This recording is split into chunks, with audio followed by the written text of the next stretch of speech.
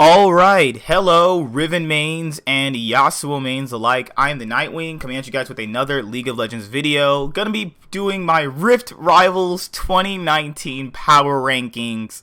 Yes, I think that when you look at Rift Rivals, most people won't be tryharding, and it's not gonna be anything that's gonna be memorable. It's mostly just for bragging rights. It's literally just, play a bunch of matches against the top 3 EU, top 3 NA teams, see who's going to get the bragging rights, and it's going to be all EU mids at the tournament. I think that this Rift Rivals is going to be more competitive than the last few. I do believe that the very first Rift Rivals that took place in 2017, EU really still didn't care. I mean, yeah, they actually said long time ago in those interviews that they actually learned some stuff from North America, and that's very rare to hear from them. 2018, it was a complete wash. EU really didn't have to try because we just sent that much terrible teams like 100 Thieves and Echo Fox. Man, the fact that that was one of the worst NALCS spring splits, that we sent 100 Thieves and Echo Fox to Rift Rivals. Man, Cloud9, what were you doing? Oh, I know what you were doing. You were sitting at home. Sneaky was cosplaying as, TL went to MSI, and all of that nonsense happened in that split. But this year, I feel like we are sending quality top tier teams. I feel like this is at best the most competitive Rift Rivals that we'll actually have between North America and EU, actually, because we're sending the best of the best. We're not sending trash Thieves or trash Fox, and we got Cloud9 and TSM returning back to Rift Rivals. They're like, we'll take a year off from Rift Rivals and let the other guys have some fun, but now we're gonna return, and we're gonna show them who's boss. So I'm gonna power rank the teams. If you don't like my power rankings, whatever, this tournament doesn't matter. So depending on if they take it serious or not take it serious, it really doesn't matter because no one's going to care for it. No one's going to remember. All right, so starting off, number 1 is no one other than G2 Esports, my second favorite League of Legends team. I'm definitely a huge G2 Esports fan, just as much as a big Cloud9 fan. But the reason why I have them at the number 1 slot is because they are the most flexible team. They have some of the strongest players at the event. Last year, Wonder on a weaker G2 got tournament MVP for Rift Rivals. On a weaker G2, he got MVP, and now this year he's on a stronger G2. G2 are the strongest team in terms of flexibility. They do have a bot lane that can be challenged by the other bot lanes, but I don't feel like it's going to be as big a detriment as most people are going to make it out to be. I also feel like that Caps is pretty much the first or second best mid laner at the tournament. You also have Yankos and Wonder. They still have the strongest top side at the tournament, not counting one other team. And I do feel like they're just a cut above all the other teams in terms of playstyle, in terms of how they want to play the game. I do feel like this tournament could be a little tiny bit of a growing experience for them, because they can learn how to, maybe if they start losing, they can maybe learn how to come back from behind. I know Caps has talked about that before, how they can, not always be able to come back from behind or maybe disrespect in the draft. Maybe if they want to try out some new strategies, that could be a thing where they could lose a few games too, but I do feel like they're just a cut above the whole rest of the teams at the tournament in terms of drafting, player strengths, player flexibilities. They're, incredible at just moving around the map, knowing when to press an advantage. I believe that when you get to the best of 5 scenario where you have each team playing against each other, because it's not going to be one team playing against another team for best of 5. They're going to do it like how they did last year, where it's G2 fights TL, and then the next match is Fnatic versus TSM, and that type of thing. But I do believe G2 is just incredible. They have really strong players all around that I think are just going to make everything better for them in general. Also, this is best of 1s. Anything can happen, yes, but these strong players in best of 1s are going to be a nightmare to play against. If TL, the best team from North America, lost to them in like 70 minutes, I don't even want to see how Cloud9 and TSM are going to fare against them. That's just a nightmare. All right, my second team is going to be none other than Fnatic. from the EU LCS. Fnatic is also, you could literally put them both as the best teams at the tournament. I think that they also have a strong top side in terms of, Nemesis, Broxa, and Bwipo. I think that once you've, combined that aspect with how well Reckless and Hylissang have been actually playing, you're actually going to get a very, very powerful team. And that's what we've really gotten. And I think that they actually have different strengths than G2 actually do, because G2 is more about the early game, more about the, explosiveness, and Fnatic is more based off the controlled. They try to do more macro oriented things. You see them moving around the map slower than G2, which that's why I kind of had G2 a little bit higher, but we got the chance to see in their G2 game that they actually ran over them, and I think that they have strong enough players in order to actually run over a lot of the teams actually here. So with that being said, I think the Fnatic are easily the second best team here. Broxa is easily, with Jankos, the best junglers at the tournament, and I think that when you have mid and jungle as strong as they are right now, you even look at Nemesis. Nemesis is actually better than Niski and close to Jensen at this point, in my own personal opinion. So I don't think that Nemesis will have a bigger problem as a lot of people are making it out to be. Yeah, people said like, well, Caps kind of struggled at his first MSI, and this is Nemesis's first actual international tournament.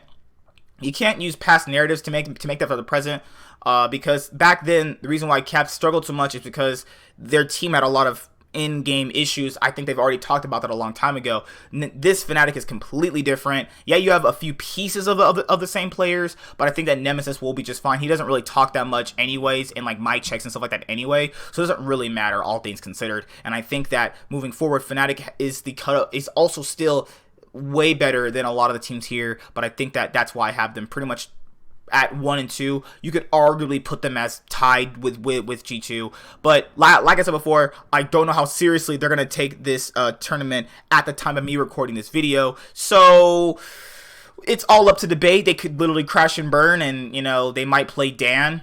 They said, Reckless has said, so that might give them a new style to play with. And if Dan plays really well, Dan could possibly see more play in the LEC. That's just how it could work.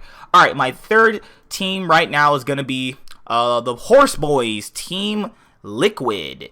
So Team Liquid obviously is going to be coming in at number 3, because I do feel like they have strong players. I feel like they're still a slight decent above the rest of Cloud9 and TSM, which means that you're going to have, you have Double Lift, you also have Jensen and Xmithy and Impact. They have all shown that they can really step up to the plate like Core JJ has. The reason why I didn't mention Core JJ when I mentioned them is because I feel like Core JJ is just a little bit above them, but I feel like the way that they've actually been playing really does make it seem like they've actually really started to catch on to how he wants to play the game, and how he's kind of molded them into be like, okay, we have to play this way, we have to play a certain way, we can't get ran over like this. And that's what we're seeing in the actual North American LCS.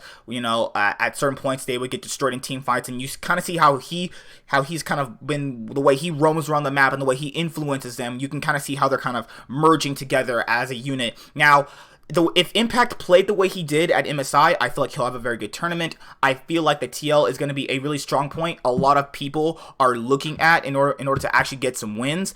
If TL can take a random game off G2 in best of ones, then they can probably do it in best of fives. It's going to be really, really interesting to see TL go up against G2 and Fnatic, the team that these two European teams, Fnatic and TL, have knocked out TL at international events. So I want to kind of see if TL can get their revenge against Fnatic and G2. But looking at the more of the core of the roster, Xmithy is not as good as Jankos or Broxa. That's just a fact, I feel like that he's kind of lost what made him good. Jensen, he's not going to be able to beat Caps. We've seen this matchup time and time again. I feel like Jensen will do fine against Nemesis. I feel like Nemesis is worse than Jensen, but not so much better than him that it's going to make that much a difference. Double from Core JJ, I feel like are still a strong bot lane. I want to see how strong they're actually going to prepare for what they're going to actually show at the event. But I do feel like TL with their roster is good enough to be the third team in the tournament.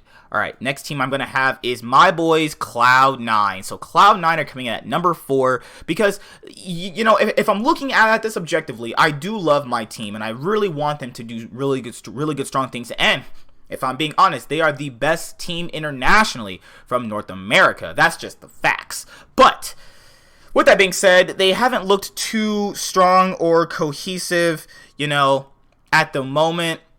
I think that right now they've showed issues with drafting. They showed issues with, pulling the trigger. Like you see G2 and you see Fnatic and they pull the trigger instantly. It's like you get the advantage, you go for it. Cloud9, they get the advantage. We see the games, they get the advantage. Pulling the trigger and pushing it to a certain extent is where you actually need to push it. They don't really do that consistently enough like TL, like Fnatic, like G2 in order for me to put them a lot higher. I do feel like their players are good enough to contend with people in Fnatic and maybe contend with people in G2. But with that being said, I think that they have strong players. Their thing is going to be more based off drafting. If they get the draft and style that they want to actually go with, then I do feel like they can be a huge threat like they've always been from North America at international events. Now, let's see how they pan out with the tournament. Let's see, maybe they might try roster changes during the tournament just, because it's kind of, more like just a fun match at the end of the day. Let's see if Cloud9 can actually do anything substantial because they are known as the best international team from North America, and I'm really happy to see them back at Rift Rivals than 100 Echo Fox last year because it really will show that Team SM and TL and Cloud9 are going to show what North America is made of potentially, because obviously this is going to be a not really so serious tournament. Also, you have Licorice, who's been playing pretty well. I don't agree with people where they say Licorice has been lackluster. I don't agree with that at all, 100% at all. You don't watch the games. You don't understand. Licorice is absolutely incredible. He's playing like literally still the best top laner in North America. Svenskeren is literally arguably the top 2 jungler. How he'll handle Jankos and Broxa is going to be an interesting thing. And I think that moving forward, you're going to have to see how sneaky Niski and Zeyzal handle the EU bot lanes, like the really strong ones. And I'll get to Origen. Don't worry, I'll get to Origen. I know people are probably going to be mad at me for putting Origen that low. You're going to have to hear me out on that for a little bit. So hold on. All right, so yeah, that's why I feel like all the strengths in Cloud9 have, and I feel like that they're the 4th best team at the tournament. Number 5 is going to be TSM. Yep, guys, TSM are back at an international event. I didn't miss them when they weren't there. I'm not going to lie to you right now. I really did miss these guys at international events. I literally could care less if they weren't even there. But with that being said, TSM are coming as the 5th best team at the event. This is pretty much bottom 2. This is not me putting them here because they beat Cloud9. It actually isn't. I just don't think they're going to be able to handle the actual EU teams, because we saw how bad Liquid struggled against the G2, and the way Fnatic play, it's not too far from the way G2 play. They just kind of play a little bit differently.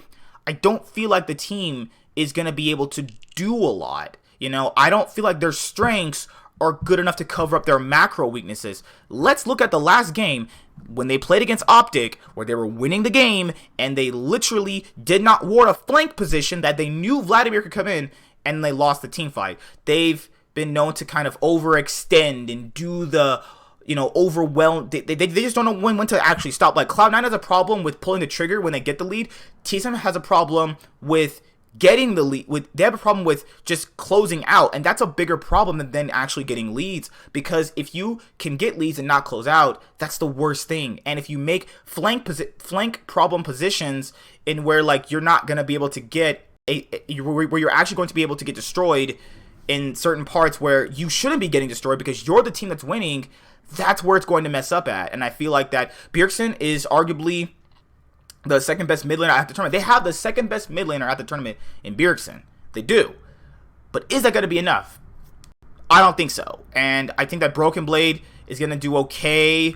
Sven and Smoothie. Smoothie's been to international events. He'll be fine. It's Sven Morley that I'm worried about because he hasn't looked so good here. And he's going to be getting that EU competition coming in. I just don't think they're really anything special. Like, literally, if you look at how they try to draft and play, it's really nothing special. Like, I'm not trying to be mean, but it's really not. Like, they're just not that great. Their jungle situation, we don't know what type of team we're going to be getting with them. We don't know what type of team we're going to be getting if they're going to play Acadian, if they're going to play Grig. Like, we just don't know. There's too many unknowns. Like, macro-wise, whatever, they're okay. They can get leads. Closing out the game is what matters. They've always did this at international events. They get huge leads, and then they can't close. Remember that G2 game at MSI 2017 where they could have 2-0 G2 and gotten out of groups? They had a 10,000 gold lead, and they couldn't close out the game? When they're on inhibitors? Come on. We've seen this happen even just last week. So they're at my number 5 position. I feel like they can surprise people because a lot of people really aren't checking for them because the old TSM, international meme is still there. It's rightfully so, because they're not really showing anything. But realistically so, they could surprise people. They are my biggest surprise team. If they surprise people, I'll happily admit I'm wrong. But I do feel like that they have the potential to surprise with how strong certain parts of their map is. And I have my 6th place team is going to be none other than Xpeke and Deficio's Origen. Now, why is Origen so low? So, there's several things. There's several different reasons why Origen is very, very low. And it's not really based off players. I don't feel like they're good enough as a lot of people make them out to be. And hear me out. They're really smart and macro-oriented. I'm sorry, this is not this is not like halfway through season 4, season 5, season 6, season 7. That's not the way the game's played anymore. They're playing that exact same style. The only reason why it's not getting exposed is because they're actually so smart that they know how to cover up those type of weaknesses. Cold and Nukeduck and Patrick are strong players in their own respective rights. I feel like Patrick is really good right now. I feel like that Nukeduck is arguably somewhere between the 3rd best mid laner at the tournament. I feel like he's kind of earned that. Mithy is really not that good right now. Alfari is really lackluster compared to what he used to be. You have pretty much the weakest team. Like, I do feel like they're gonna get wins. Like, they're gonna get wins. It's automatically they're gonna get something. It's best of ones. It's gonna happen. I don't feel like they've really done anything in these past few weeks of the LEC to show me personally how strong they can be. They're a macro smart team. Literally Splices that, and they lost to Splice. Splice isn't even here. They got destroyed by G2. Well, no, that was a pretty close game. I'll give them that. It's looked really convincing from them. I don't really know where to place them other than last because I've not seen much out of them. They have good key strong pieces. Like, being a smart team doesn't make you good. Being smart means that you'll be able to do better things at certain points in the game to make you better. But then when you actually break it down to players, these players can be easily beaten and ran over. Like, I get Nukeduck has a big champion pool. Doesn't really matter when you get ganked constantly and you're, falling behind a lot. Cold, I feel like hasn't looked impressive since last split. And I just feel like this is the worst team at the event. Not worse based off everybody else. Like, they're not like worst 10th place bottom team material. That's not what I'm saying. I just feel like they're the worst team in terms of everybody else. So, I'll see you guys later. Like, comment, subscribe. Most of all, enjoy. I'm the Nightwing signing out. Rift Rivals starts tomorrow. I'm going to be doing my day-to-day predictions on Rift Rivals later on today. Make sure you like, comment, subscribe. Most of all, enjoy. I am the Nightwing signing out at Inside for Nerds here. See you guys later. Bye. Have a good day. Let me know in the comment section below how you would personally rank these teams for Rift Rivals 2019. See you guys later. Bye. Have a good day.